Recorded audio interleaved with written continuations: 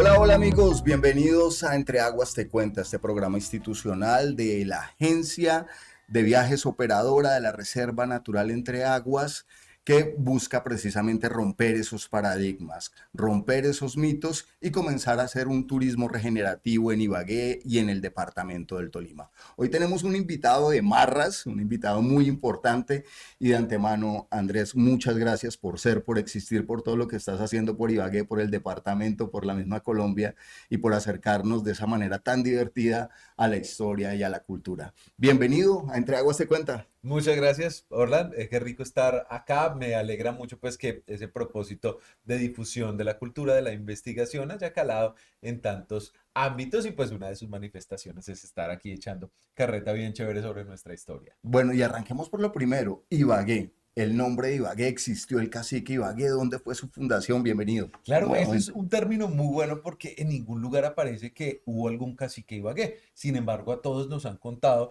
que Ibagué fue un cacique.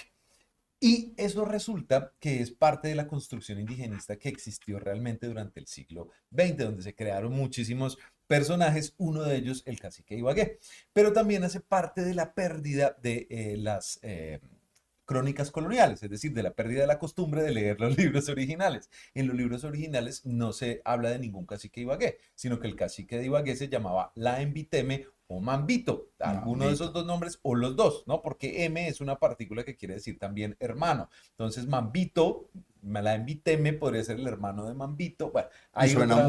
muy antillano, ¿no? También. Sí, también, porque igual hay unos procesos de migración enormes por todo el continente americano que todavía no hemos acabado de descifrar. Chiribiquete es un Sí, ejemplo de eso. Bueno, y entonces estamos con Andrés López de Galarza en 1500 o 1551. Ya 1550, estamos sí. aquí entonces en el Parque de Bolívar. Sí, antes de haber llegado allá, estamos en algún lugar indefinido donde fue fundado Ibagué. Alvarado. Tradicionalmente se nos dijo que era Cajamarca, pero en 2012 Floriberto Cardona dice que tuvo que haber sido en el Cerro La Picota, que queda en Alvarado. Entonces, buscando la terminología, encontré un libro que se llama Raíces Catuguá, de unas estudiosas venezolanas, que quiere decir raíces caribe, tupí y guaraní. Y ellas dentro de su libro nombran a Ibagué y a Itagüí y a Ubaqué como topónimos, es decir, como nombres de lugares que son del tupí guaraní. Esto parece una locura, porque claro, estamos hablando de Paraguay, estamos Ujú. hablando de Brasil, cómo que llegan unas lenguas acá. Claro, los procesos migratorios son más amplios de lo que nosotros pensamos a veces en nuestro mundo reducido de la contemporaneidad. A pesar de Sí, estar globalizados, cuando tratamos de imaginar el caminaban pasado, muchísimo. tenemos unas barreras de que no sabemos cómo llegaron de un lugar a otro. Y entonces ellas nos dicen, Iba quiere decir arriba, Arriba. y Wi quiere decir lugar.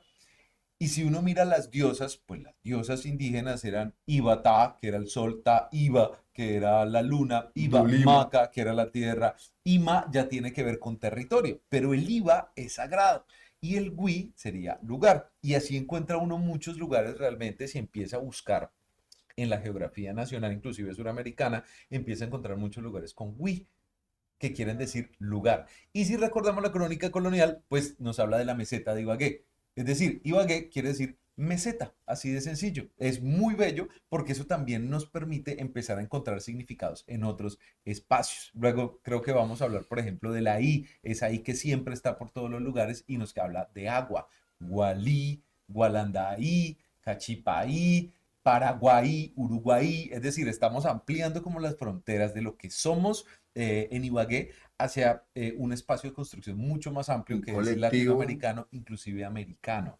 Porque, por ejemplo, está Miami y esa I también habla de río. Pero bueno, ya iremos hablando un poquito de eso. Pero interesantísimo, además que va con la cosmovisión indígena de lo sagrado que era el agua, ¿no? El agua de los páramos solo era para los caciques y el agua en general era sagrada. Sí, Los hay ríos, algo. las serpientes sin ojos. Sí, hay algo que sucede con la romantización de las palabras o de los significados, y es que, digamos, cuando uno encuentra, bueno, ¿qué significa el tal nombre de algún lugar? Entonces le dicen, es el Valle de la Luna rodeada por las pomposas orlas de la noche, bueno, cosas por el estilo. Pero cuando realmente empezamos a estudiar las raíces un poco más sobrios, más objetivos, lo que vemos es que su significado es más simple, es una montaña rodeada de montañas o un valle de donde cae agua y cosas por el estilo. Por ejemplo, gua en tupí guaraní quiere decir mucho. Entonces, cuando uno va a, Gualí, mucha agua. así de sencillo, Gualí, mucha agua. Y estamos entonces ubicándonos Exacto. en San Sebastián de Mariquita y en Honda. Exacto. Entonces, por ejemplo, ahí ya estamos hablando de que gua es mucho, de que i es agua, y ya usted de una vez se las pilló. Cuando accedemos a esa posibilidad de interpretación de nuestro entorno, a donde quiera que vamos, vamos a decir, esto significa tal vaina. Y es Y va más a tener básico. toda la importancia y todo.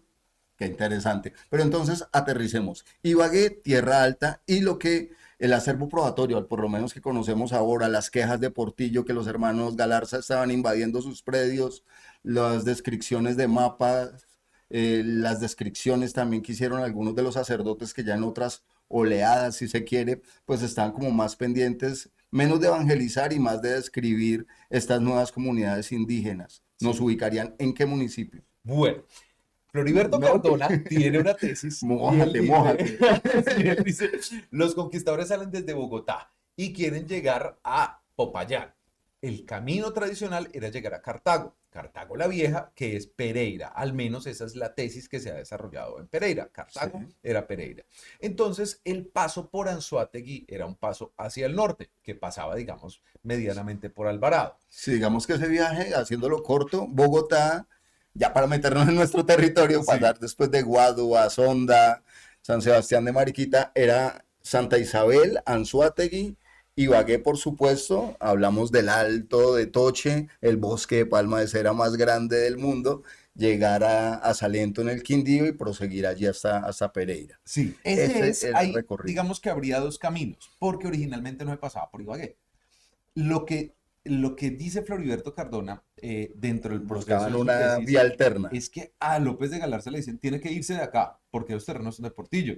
Y el tipo, pues, recibe la orden del virrey, es, llévese esa ciudad de acá. El tipo se lleva a la ciudad. Bueno, eso pareciera como muy normal, pero cuando empezamos a reflexionar sobre eso, ¿cómo haríamos nosotros para trastear una ciudad?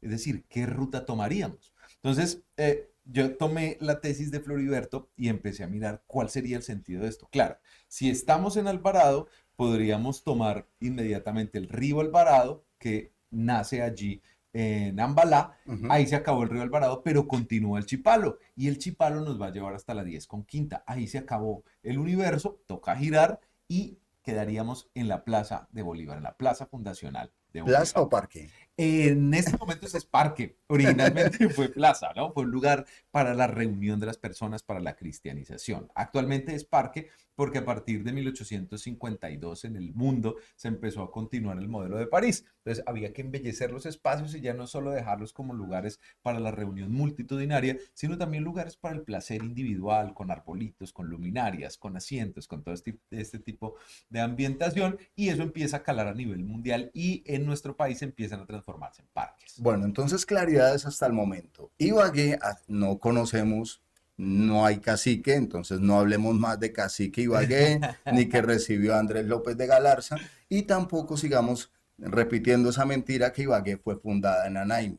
No corresponde. Dejemos al menos eso en un signo de interrogación, en un asterisco que haya sido Alvarado, pero el acervo probatorio, lánguido, si se quiere, que tenemos hasta el momento, nos ubicaría en este sector. Hasta ahí estamos bien, ¿sí? Hasta ahí estamos bien. Y ahora vamos con plaza y parque. La diferencia, primero es un planchón, básicamente una plaza militar, lo que se buscaba, ¿no? Sí, hay O un elemento esencial y es la cultura contra la naturaleza, que podemos encontrar inclusive en unos cuentos tradicionales, ¿no? Por ejemplo, Caperucita se pone en peligro cuando se va para el bosque. Hansel y Gretel los abandonan en el bosque. Las brujas las viven migas de en el pan. bosque, exacto, todo sucede en el bosque.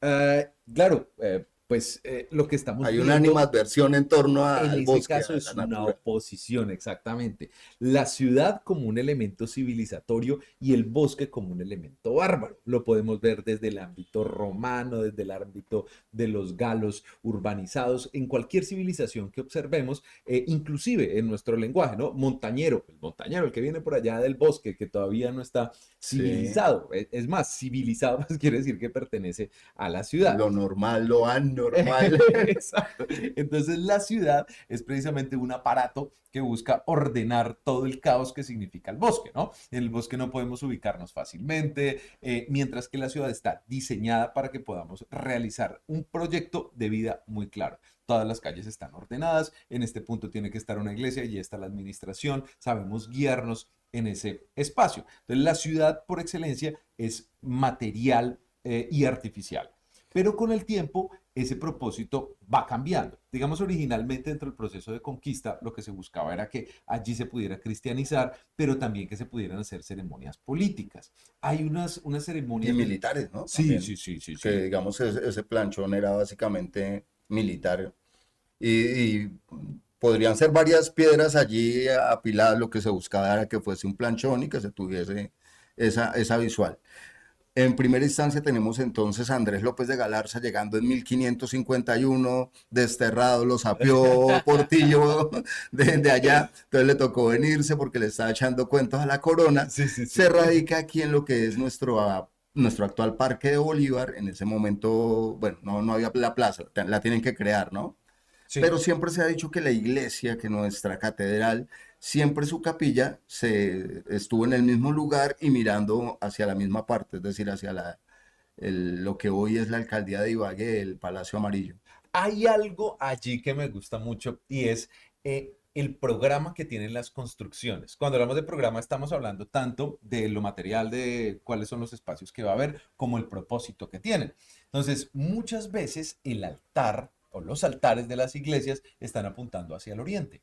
De modo que cuando uno ingresa a una iglesia, toda la energía de todas las personas que están allí se conecta con un punto específico, que sería el lugar donde nació Jesús, pues que es el Salvador cristiano. Entonces, si observamos la catedral, la boca, la entrada está por el occidente y el altar está al oriente, de modo que ahí todo el Se público estaría mantuvo reunido. esa premisa. Exactamente. Y también tenía un propósito, muchas de las capillas buscaban cristianizar al aire público, ¿no? Esos fenómenos tampoco están perfectamente comprendidos. Digamos que tratamos de implementar en Ibagué lo que se ha investigado en otros lugares, entonces hablamos de las capillas doctrineras que había Ujú. principalmente en Tunja, bueno, en todo el altiplano Que cundiboyacense. allí se ha podido demostrar o se tiene un acervo probatorio, luego Exacto. suponemos que aquí ocurría Sí, un sobre proceso todo porque similar. como teníamos la Plaza de Bolívar, bueno, en ese No, y una momento misma corona la Plaza Mayor, ¿no? Sí, colonizándonos, ¿no? la Plaza Mayor, ¿no? Porque nosotros a veces decimos, sí, la Plaza de Bolívar, pero la Plaza de Bolívar ya es después de 1810, ¿no? Sí, Pero esa era la tradicionalmente plaza la de Plaza armas. Fundacional o la Plaza Mayor, ¿cierto? Y había una plaza menor, que era la Plaza de Santo Domingo, la que conocemos en la Con Manuel actualidad Murillo Toro, como Parque Murillo Toro, que que es ahora es plaza. una plaza, exactamente.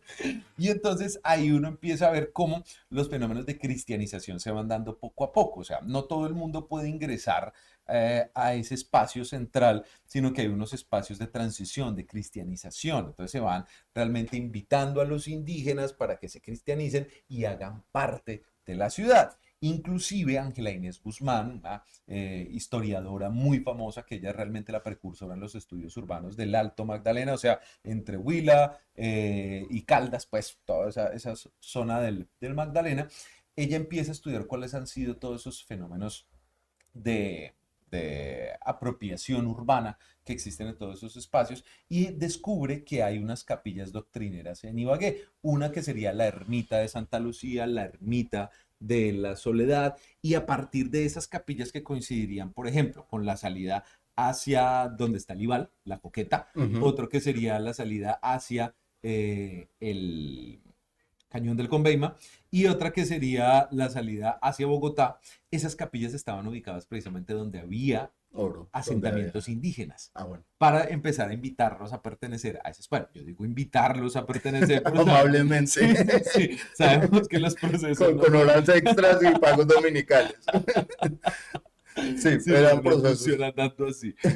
Entonces, desde allí, desde San Sebastián de Mariquita, se los llevaban para Falan, lo que hoy son las minas de plata y auríferas en una menor medida, y allí pues se sometían también a los indígenas para que ayudaran a sacar estos metales preciosos. Y precisamente frente a esta ermita, pues estaba la denominada Casa de la Moneda, que realmente era una bodega de metales, más que se timbrara, que es el imaginario que tiene mucha gente, que se timbraban allí las monedas de la corona española o de los procesos nuestros, lo que era básicamente una bodega de estos materiales preciosos. ¿Sí? Sí, Mariquita, lo que pasa es que Mariquita realmente es muy, muy singular. Cuando vemos la ermita, pues como que ya estamos habituados, ¿cierto? A ver la ermita, y vamos y visitamos la ermita, pero si nos detenemos un momento y observamos las rocas con las que está hecha esa ermita y recordamos también las ruinas de Santa Lucía, uno dice, caramba, ese tipo de iglesias no las hicieron en Santa Fe, ¿cierto? No las hicieron sino en lugares donde había mucho dinero. Y obviamente Mariquita era un centro minero muy, Y unos muy arquitectos importante. también muy buenos, Claro, ingenieros, o sea, tener esa visual y para que la haga una mano de obra no calificada. sí, y sobre todo porque, claro, donde hay riqueza llega la corona y, por ejemplo, los Figueroa, que fue un taller muy importante de pintura a nivel colonial, ellos fueron de Mariquita y luego abrieron su taller en Santa Fe de Bogotá y allá fue donde empezaron realmente el proceso de formación de grandes pintores como Gregorio Vázquez de Arce. Es decir, era un lugar bastante importante de explotación minera, que con el tiempo, claro, como ya no sigue siendo la capital del departamento del Tolima, la capital de la provincia de Mariquita, que se llamaba precisamente provincia de Mariquita, sino que empieza su declive, nos olvidamos y vemos como, tan linda esa iglesia que tiene Mariquita, pero realmente es el producto de una importancia minera enorme que había en ese espacio. Ese tema Sí, es muy sí, y bello. además que Mutis, por encima de venir a hablar de las plantas, hablar de la botánica, realmente venía a hacer un trabajo minero de acompañamiento. Y nos ocurrió también con nuestros escritores, ¿no? Jorge Isaac vino a buscar oro por el cañón del Sí, sí, sí. Conveima,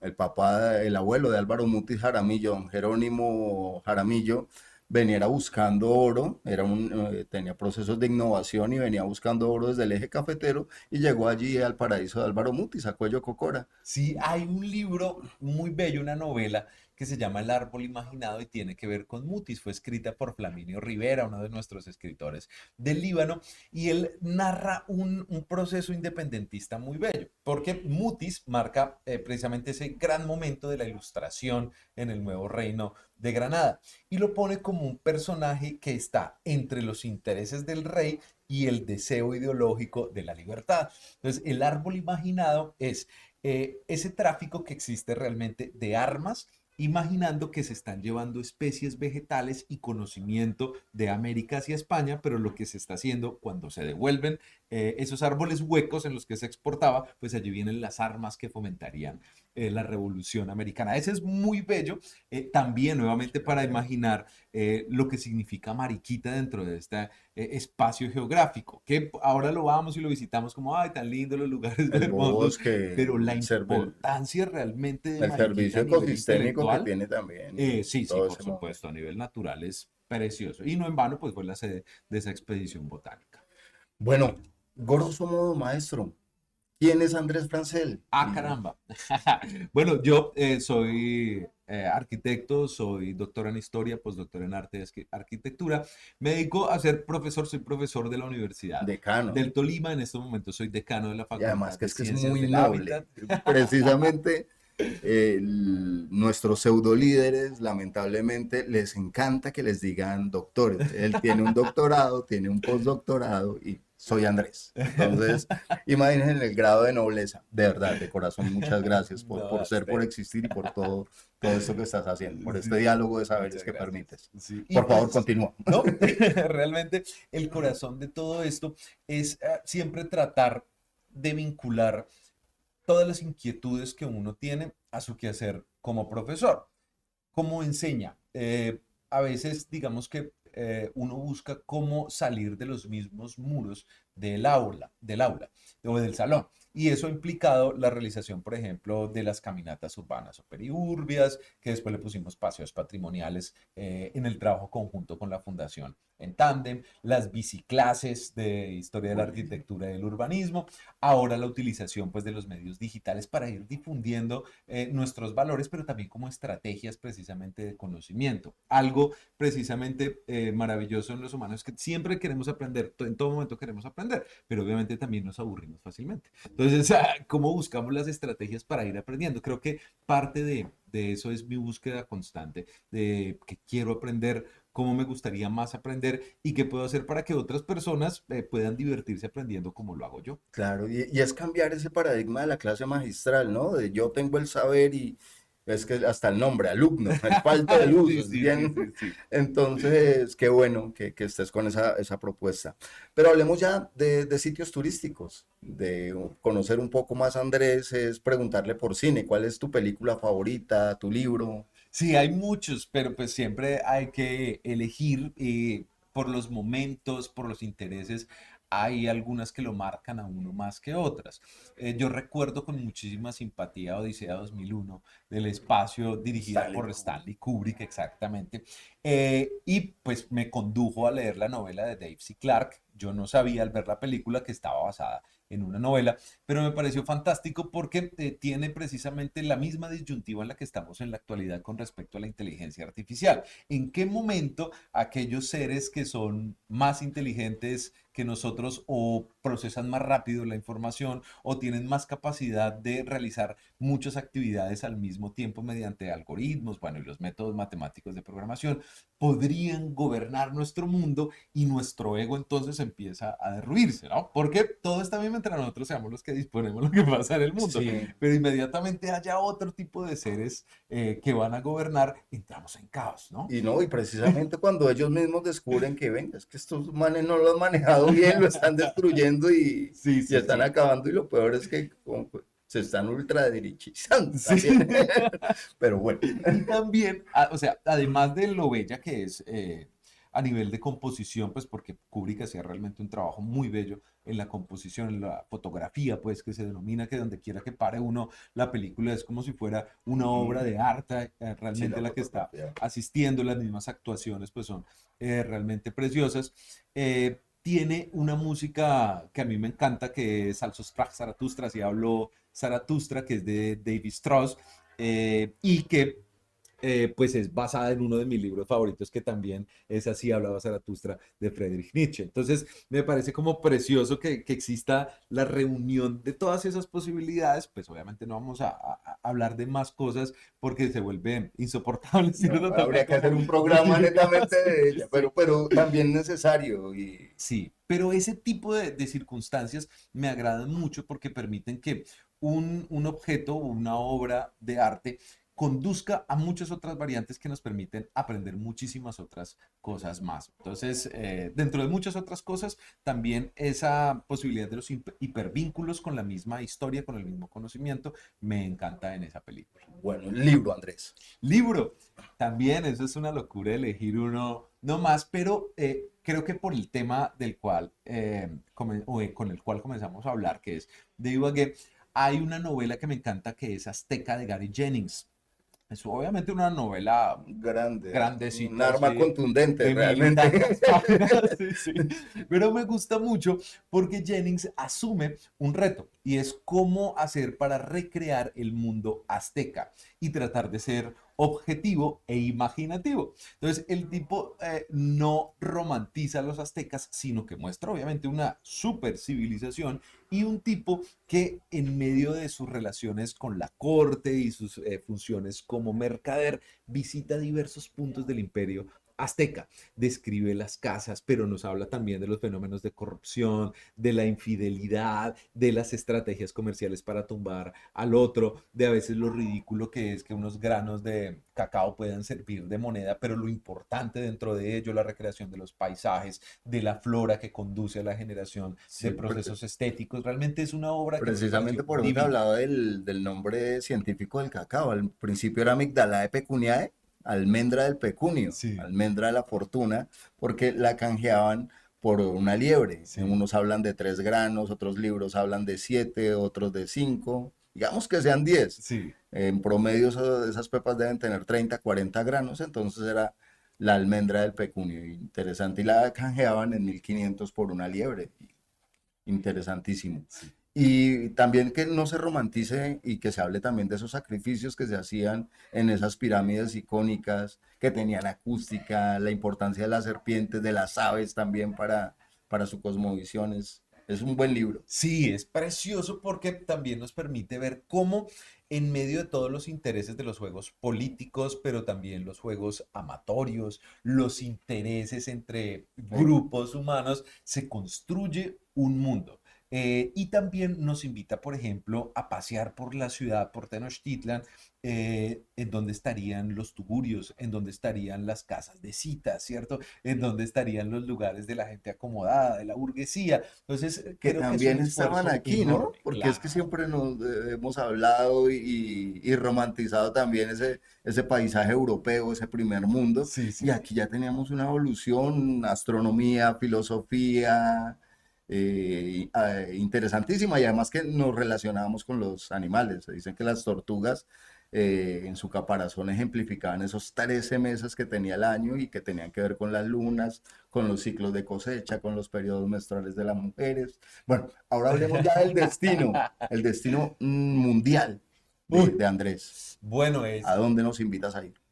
ay, pues es que hay tantos lugares tan preciosos, ¿cierto? Pero en coherencia con el tema que estamos hablando, eh, para mí es muy bello el Zócalo en México porque precisamente nos permite allí, no solo la plaza pues específica, sino las cuadras a la redonda, nos permite observar toda esa interacción entre el mundo prehispánico, entre la construcción colonial europea, española, el desarrollo posterior de la arquitectura moderna, el proceso de independencia, la búsqueda de asemejarse a lo francés, a lo inglés después de la independencia. Creo Pero que con este una línea espacio, también, con una exactamente, vértebra, una sí, columna vertebral sí, diferente. creo que ese espacio realmente de Ciudad de México es fascinante y sobre todo en Día de Muertos, pues como que también es ¿Y ahí muy viene bello ver, Coco o no? por ejemplo, es muy bello ver cómo algo que surge en el siglo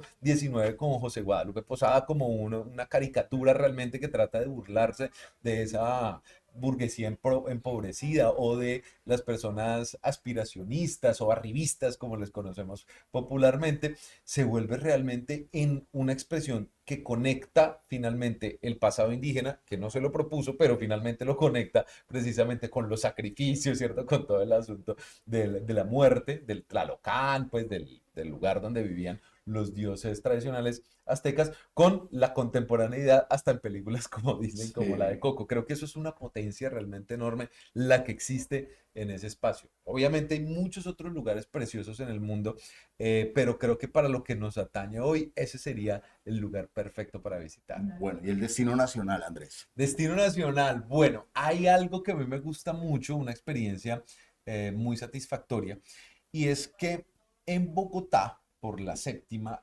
hay una casa que es la casa de Maurice Gut. Resulta que Maurice Gut fue un urbanizador muy importante en Colombia y yo lo conocí investigando sobre la fundación del barrio Belén en Ibagué. Resulta que él era un... ¿Cuántos años? En 1920 comenzó el barrio Belén en No, no, pero Ibagué. ¿cuántos años tenía en ese momento Morris? Maurice, él llegó muy jovencito realmente, llegó como alrededor de los 20, 30 años, llegó, primero había hecho un paso por Costa Rica, luego llegó a Bogotá y allí creó un emporio realmente impresionante, por ejemplo, ¿Y por qué le agroquímicas creyeron tanto a un Grasco. joven? Porque hoy en día eso es todo un ícono. Sí, había algo importante y es que durante finales del siglo XIX y comienzos del siglo XX, Colombia, como muchos otros países americanos, incentivaron la inmigración. Entonces recordamos pues en Estados Unidos toda la herencia italiana que condujo pues a espectáculos como el del Padrino, ¿cierto? O las pandillas de Nueva York donde también están los escoceses, bueno, todo ese proceso inmigratorio en la Argentina también, en el sur de Brasil, en Uruguay y en Colombia también todo ese proceso inmigratorio fue muy importante. Entonces llegaron a este espacio, pero cuando llegaba alguien era porque ya tenía una comunidad, bien fuera judía o bien fuera italiana, bueno, de algún tipo de agremiación que los conducía a poder potenciar lo que sucedía. Resulta que Salomon Good era el tío de Maurice Good. Salomon ya había empezado el proceso de urbanización. Cuando llega Maurice, pues obviamente era un tipo talentoso, bueno para los negocios, pero se encontró ya con un hábitat muy desarrollado. Entonces el tipo empieza a urbanizar más de 20 barrios en Bogotá, crea Grasco, el jabón Rey es producto precisamente de las obras de Maurice Good. Y digamos que es un tipo que no Bueno, pero era ahí tan cómo se conocido. puede, o sea, hay un circuito, hay un guía que me va a llevar Ah, por bueno, no, Morris no, Good, no. ¿cómo? Resulta que es que hacia allá vamos. Investigando precisamente sobre el barrio Belén, encontré la mansión de Maurice Good en Aquí. Bogotá. En Ah, Bogotá. Pero es muy bello porque me fui a hacer un video sobre esa mansión y eso fue un hit absoluto también en Bogotá, pues porque obviamente no era un espacio muy conocido. reconocido. Pero yo llegué a Maurice Good por narrar una ¿Dónde queda? historia ¿Dónde queda? por la 75, creo que con ¿Tienes séptima en video? Bogotá. Hay un video exactamente. Aprovechemos para que también le cuentes a nuestros televidentes, a nuestros oyentes, acerca de tus canales y de los videos que tienen para enterarnos un poco más de Ibagué, del Tolima, de Colombia y del mundo, porque también tienes videos de otros destinos, de arquitectura, de Sí, historia sí, sí. interesantísimos. Sí, ¿Cuáles pues son tus canales? ¿Cuáles una son tus invitación, arrobas? pueden buscar como Andrés Francel, como francés, pero con L al final. En TikTok, en Instagram, en Facebook, en YouTube, bueno, en donde quieran, prácticamente en todas las redes. Y allí, pues vamos difundiendo historias de ciudad. Es, digamos, como que ese es el cierre. Entonces, recomiéndanos más historias de ciudad. Y allí, uno de esos, pues es el video sobre Maurice Good, que en el momento en que lo lancé también, además de la curiosidad de esa construcción, coincidió con unos factores geopolíticos importantes. Uno, que era ucraniano, la guerra entre Ucrania y Rusia. Judío, la guerra precisamente entre Palestina e Israel. Inmigrante, con toda la situación mundial de la inmigración a los Estados Unidos, a Europa, pero también el fenómeno de inmigración en Sudamérica por la diáspora venezolana. Y millonario, pues obviamente, ¿quién no quiere ser millonario? ¿Quién no quiere ser un inmigrante que llega jovencito a cualquier lugar Por y eso le crea un creyeron tanto. emporio? O sea, Un duro. El tipo definitivamente dejó una marca espectacular y creo que ¿por qué debería yo visitarla? Por todo eso. para mí Por, es un símbolo acerca de cómo tenemos una abundancia de lugares desconocidos con personas fantásticas que han transformado el mundo, pero a veces, como por esa anestesia de la cotidianidad, perdemos la capacidad de asombrarnos con ese entorno. Por eso es que lo considero tan nuestro valioso. destino departamental. Departamental. Bueno, estábamos hablando de Mariquita. Mariquita es, bueno, hay muchos, siempre me da pena hablar solo de un Pero espacio. en todo San Sebastián de Mariquita. Bueno, no, vamos a decantarnos por otro. Ya hablamos de Mariquita, entonces vamos a Armero. Armero este año cumple 40 años de la tragedia. Sí. Es un espacio precioso en el que nos falta hacer arqueología urbana. Bueno, obviamente están esas condiciones también religiosas del Campo Santo, pero es un espacio que nos dio muchísimas personas importantes para el Tolima. Allí todavía hay unas construcciones. El cementerio es precioso y el antiguo armero, las ruinas del antiguo armero, también son Y se presta muy para lindas. múltiples reflexiones, Sí, amigos. Definitivamente, ¿qué pasó allí? Porque esta crónica de una tragedia anunciada, sí, creo que hay unos ejercicios muy bellos que se hacían desde el Líbano. Recuerdo al profe Gallego haciendo sus expediciones al Nevado, sí. mostrándoles que de esa manera había territorio, la apropiación del mismo y mostrando que era una aula viva, ¿no? Lo que se debía hacer y creo que fue visionario. Y él desde allí ya anunciaba esa tragedia y tuvo hasta amenazas de un alcalde que decía que dejara de estar provocando pánico. Vamos al destino local, Ibagué, ¿a dónde nos invitas? Ah, Además de bueno. Entre Aguas no lo nombres. Sí, sí. Los voy a invitar a visitar Alboga. Uno de los Pues nos vamos primeros para la calle videos 11 con con carrera tercera. tercera. Uno de los primeros videos Pero que, ¿cómo se llama? ¿Cuál es el nombre de las canciones? No me las he aprendido. ¿de cuáles La de canciones? la calle 11 tiene un Ah, nombre de sí, ahí canción. está. Creo que esa es Suri y Bunde, me parece. Yo Sí, también tengo la duda. sí, es que Pero sí, ese fue en el 94 cuando se generó un plan para ponerle nombres de canciones a las calles, para, digamos, como eternizar la memoria de nuestros compositores y también de algunas canciones. Pero antes de eso también tuvieron otro nombre, como por ejemplo la para el carrera de Festival Bolívar, la Folclórico, carrera de ¿no? Santander, pero ese fue, por ejemplo, hacia 1930, hacia 1830. Después de la gesta independentista, a las calles se les asignaron nombres precisamente de la Y conquista. con todo Entonces ese había valor nombres agregado, ¿no? Porque de las ser batallas, bolivariano o ser de Santander ya es una visión política y económica claro, diferente del país. Ser sí, federalista, ser republicano. sí. Y después, pues decidieron ser como muy objetivos, ¿no? Y en medio de toda esa crisis, dicen, bueno, mejor pongámosle números a las calles y a las carreras y se acabó esta mano. No limpiamos Entonces, las manos, no evitamos. pero resulta que el boga un poco también es ese símbolo, ¿no? Allí están esas Pero si esculturas. se puede hacer esa fuerza, me he puesto a hacer el ejercicio y creo que queda cruzado. Ya lo has hecho Sí, con un sí, sí. palito de escoba. Se ve uno ridículo, Sí. pero hazlo.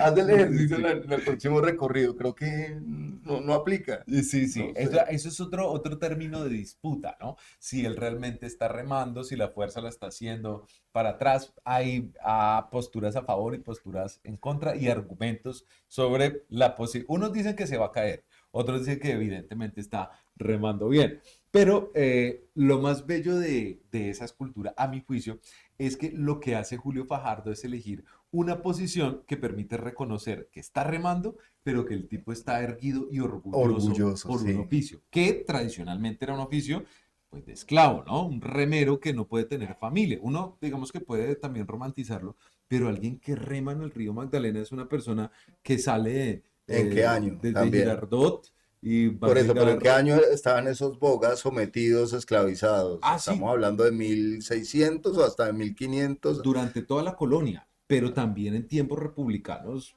inclusive en la actualidad, ¿no? Pero en ese momento las personas salían del interior de Colombia, llegaban a la costa y después se iban devolviendo y esos viajes duraban años, es decir, eran personas que no podían tener familia, que no podían tener amigos, que vivían realmente, era de lo crudo que es el oficio de bogar, de remar.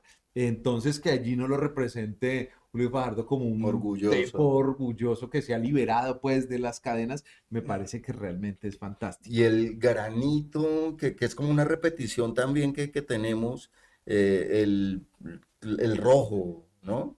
Se Sí, han hablado mucho de eso, cómo se pintaban de rojo nuestros pijados, pero se mantiene ese granito rojo, ese color rojo, tanto en murales como en estatuas, ¿no? sí, esa es una característica que también me parece importante. Ortega Torres, en Los Inconquistables, era el que no, afirmaba pues que se pintaban el cuerpo de rojo por ejemplo, Con el cuando, achiote, ¿no? sí, con el achiote, y cuando uno revisa en todas las expresiones en la historia del arte, pues los cazadores, inclusive en algunos murales, los vemos pintados de rojos y aparentemente, allá entramos en el terreno de las deducciones, su propósito era ser intimidante, es decir, parecer la muerte en ese espacio. Y pues si lo aunamos con que era una tribu pues bastante Aguerrida. aguerrida que luchó, fue realmente la guerra más grande, más larga y más cruda que existió en el nuevo reino de Granada, aparentemente, fue contra los pijaos. Es decir, Sí. realmente eran unas personas bastante rudas y que de algún modo se vinculaban con ese sentido de la sangre, de la cacería, a través de la pintura del achiote. Y por eso también seleccionar el granito rojo creo que es un símbolo muy potente, muy bello, ¿no? Porque él está eternamente de rojo, es decir, no es la persona que está detrás de la pintura, sino que él mismo es la persona en la que se convierte cuando está pintado, cuando es rebelde y cuando adquiere todos los Ujú. poderes precisamente de la tierra. Eso también me parece muy Sí, bello. que fuera Marvel o DC, aquí tenemos Sí, sí, nuestros sí. héroes y el mismo Moan, yo creo que eh, lamentablemente pues lo ha la imagen que quizá conservamos de este Moan es la imagen que nos quisieron inculcar los españoles, ¿no? Que era el malo, el que no dejaba pescar, el que se robaba las lavanderas, Sí, sí. pero ese depositario de la cosmovisión, ese chamán, ese que protegía el agua, ese que conocía secretos de medicina, de astronomía, creo que debemos reivindicarlo desde nuestras mismas fiestas, ¿no? El Sí. solsticio, que se nos volvió San Juan porque así lo quisieron nuestros colonizadores. Sí, Flaminio Rivera tiene también una teoría sobre el Moan que me parece muy atractiva. Él dice, los Moanes no eran indígenas. Los Moanes tuvieron que haber sido esclavos africanos que se liberaron y llegaron a algunos puntos, pero como no tenían un grupo humano al cual ligarse porque no eran indígenas, no hablaban su lengua, su apariencia era diferente, entonces tuvieron que buscar algunos lugares en los cuales establecerse como las cuevas de los ríos. Y entonces él Eran dice, los rastas de entonces, de ese claro, entonces, y sí. tiene sentido porque Flaminio dice, Los Bob Marley. Flaminio dice que la descripción del Moan es un tipo barbado, ¿cierto? Moreno, que está fumando tabaco, y pues los indígenas realmente no eran barbados, ¿cierto? Sí. Entonces, y él argumenta que el término Moan viene de una etnia africana. Entonces también sería, Sí, unos decían que era que allí ya no encontraban la roca con la cual se afeitaban, entonces como hacían los ataques de guerrilla desde el agua, comenzaron a crecerse el cabello y a crecer su barba, pero que ellos se afeitaban de manera constante. Otros dicen que realmente no generaban ese vello estas comunidades indígenas. sí, Ahí tenemos otros temas para sí, sí. música. ¿Cómo nos definimos ahí en una Uf, playlist pues hay mucho, ¿no? que Eh, vamos a dejar aquí? Sí, sí, sí.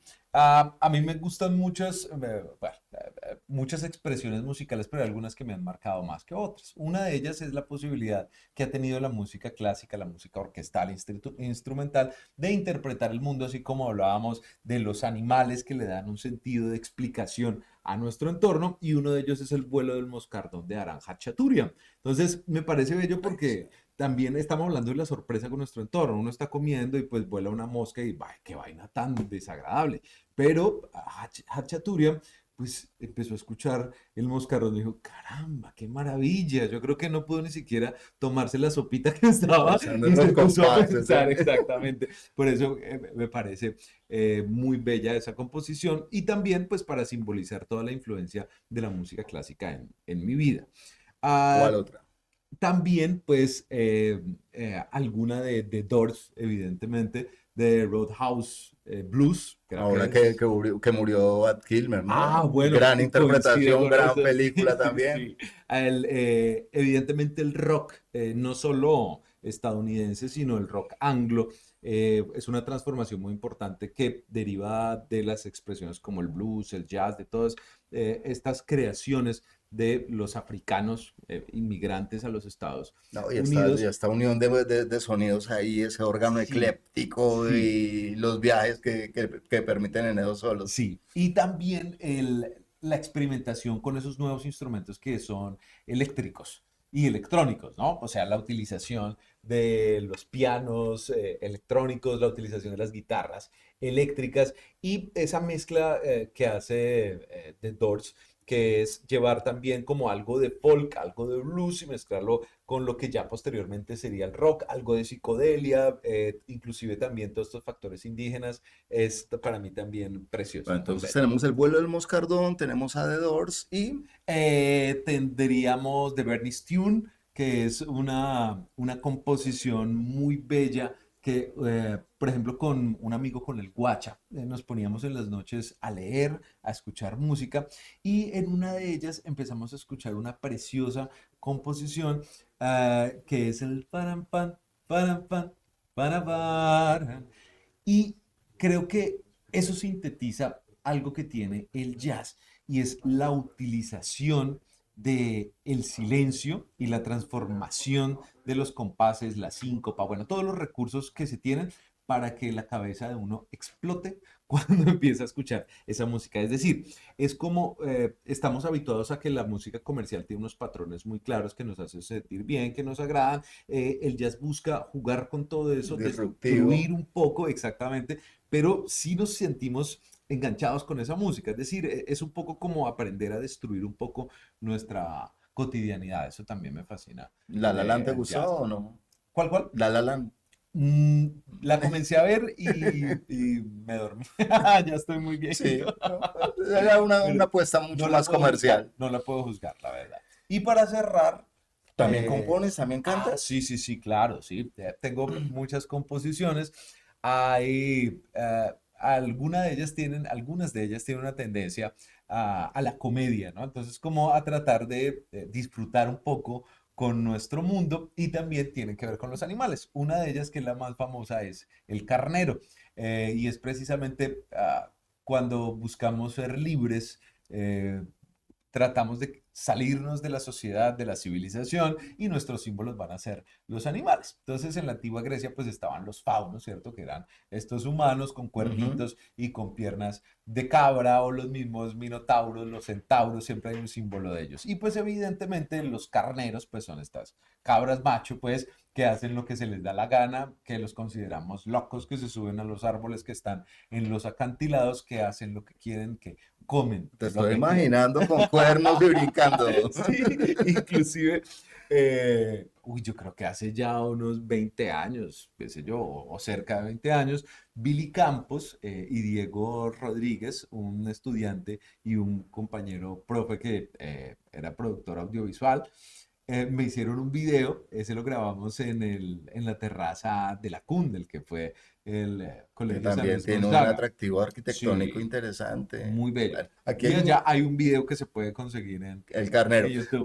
Recuerden seguirnos en nuestras redes sociales y recuerden que en este programa van a aparecer precisamente esos enlaces de esas canciones, de esos destinos recomendados también por Andrés. Nos quedan muchos temas, pero clarificando entonces, Cacique Ibagué no existió, hasta el momento no lo No conocemos. sabemos. La funda Ibagué es tierra alta, Sí, o meseta. meseta. Y pudo haber estado, o al menos lo que nos acerca, lo que tenemos de acervo probatorio, lo tenemos con Floriberto Cardona y se ubicaría en lo que hoy es Alvarado. Recuerden ese cerro de la Picota y recuerden las descripciones que hacían los mismos sacerdotes de los ríos adyacentes y de la descripción topográfica precisamente de esas montañas, tanto Veracruz por un lado como Anzoátegui por el otro, Así ¿no? es. Y la otra verdad, el otro mito que hemos roto hoy es que es Parque de Bolívar. Primero fue plaza, después se transformó en parque al tener todos estos individuos arbóreos, además de los antiguos, los amanes, los nuevos que son los cafetos y los crotos que también vienen a Sí, embellecer este espacio. Y es parque, no es parque de Manuel Murillo Toro, ¿no? Es es una plaza. plaza Manuel Murillo Toro. Entonces, para que comencemos a llamar las cosas por su nombre y de por Dios, no existen los desiertos, hasta el momento no. Nuestra zona más árida, que es la de La Guajira, no es un desierto. Igual, de igual manera, este ecosistema que está allá en Villavieja, que se le denomina la Tatacoa, que llega hasta el Pujarra, que alcanza a tocar, según algunos biólogos, Dolores, aunque yo no lo veo más en Alpujarra, Colombia, Alpujarra. Este ecosistema es un bosque seco que lamentablemente con los ovinos, con los caprinos y con esta invasión, pues aceleró su deterioro, pero todavía no tenemos desiertos en Colombia. En Ibagué tampoco, allá lo que hay en Gran Castilla, ¿cómo es que llaman en Gualanday, Coello? Hay un desierto donde se grabó Cien años de soledad. Bueno, no es un desierto, es un estoraque. Ah, ya, ya, ya, pero no, no sé el nombre Es un preciso. estoraque y van a encontrar un paisaje muy bello. Tuvimos la fortuna de estar allá con César David Martínez haciendo fotografía y haciendo astrofotografía, pero no es un desierto. Sí. Entonces es importante que desde ya comencemos a llamar las cosas por su nombre. No seguir repitiendo estas cosas que se nos vuelven en verdades a medias. Nuevamente, que a la final son mentiras, ¿no?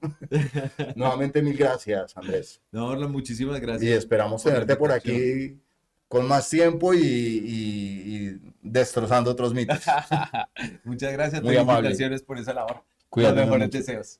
A ustedes, amigos, Que recuerden, les vaya muy bien. dentro de 8 días tenemos un nuevo invitado. Comuníquense con nosotros, digan de qué quieren que hablemos en este espacio, que es de ustedes y que es para ustedes. Nos vemos pronto. Chao, chao.